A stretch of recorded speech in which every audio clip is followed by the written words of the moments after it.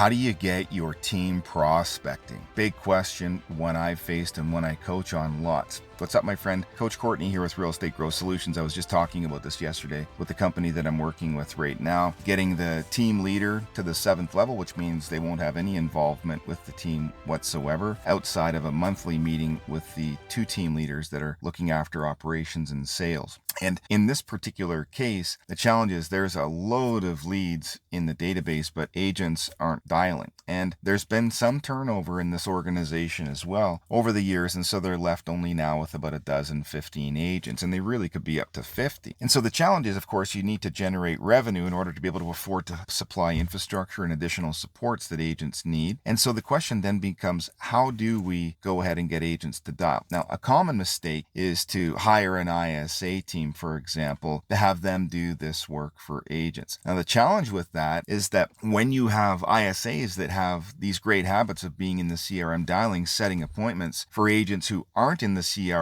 and aren't dialing, it doesn't matter how good the appointments are. The agent's follow-up is going to be terrible because they just have bad habits around getting in there and using that CRM on a daily basis. So the only way that you're going to be able to create overarching success in your organization is to build that habit with your team. And naturally, that's what this video is about. So Courtney, how do I do that? Well, first things first, you have to have opportunities in your CRM, no question. Secondly, you want to consider the fact that it's very difficult to just flat out demand something from someone who's already having success using something else or using some other strategy. So a lot of times these agents are looking at the CRM like, well, I don't need that. That's a hassle. I don't want to go in there for business. I've got business out here. And so in an environment like that, we have to recruit to the subculture that we want to create. Now, I've just shared with you that this team has loads of potential. Unquestionably, they could have 50 agents, be doing 1,000 transactions per year without a doubt. Now, the challenge is that these folks aren't going to be the ones to call these leads. So what do we have to do? Yeah, naturally, we've got to bring some folks in, get them trained on how to use the tools, have great systems, have perfect accountability, and then show these agents with our new people what success looks like and what lies in that CRM. And when we can illustrate for them, just as an experience that we've created inside the 4 walls of our organization, what opportunity exists in that CRM, then they'll begin to want to adopt those same strategies. Now, not everyone, no question, but the truth is they have a business outside the CRM. They don't see a reason or any motivation to get in there right now. The only way they're going to do that is that they can see somebody else having tremendous success. And one of my favorite ways to do that, bring somebody fresh from outside the industry, get them trained, put them through a boot camp, get them dialing, get them setting appointments.